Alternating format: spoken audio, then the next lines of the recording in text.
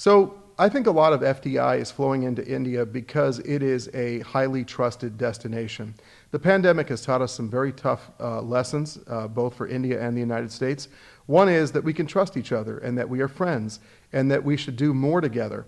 As you look at the world of deep tech and future tech that we will live in the years to come, it's critical that the United States and India and our companies, many of whom are members of USIBC, help frame the rules of the road for artificial intelligence, for cybersecurity, for the digital economy. We are the market leaders. We need to ensure we frame those rules. Otherwise, if we don't, others will, and it won't be good for free people around the world. So there's an urgency to this that's very important, and that's why I'm glad our governments are talking so much.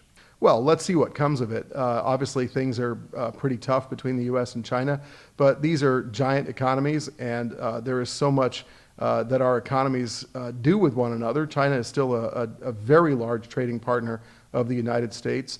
And what I want to do is work on what USIBC's core focus is, which is building the economic and trade ties between the American and Indian people, the investment in both directions, the job creation in both directions, and work on behalf of our 200 member companies, American and Indian, to ensure the future happiness and prosperity of America and India and free people everywhere.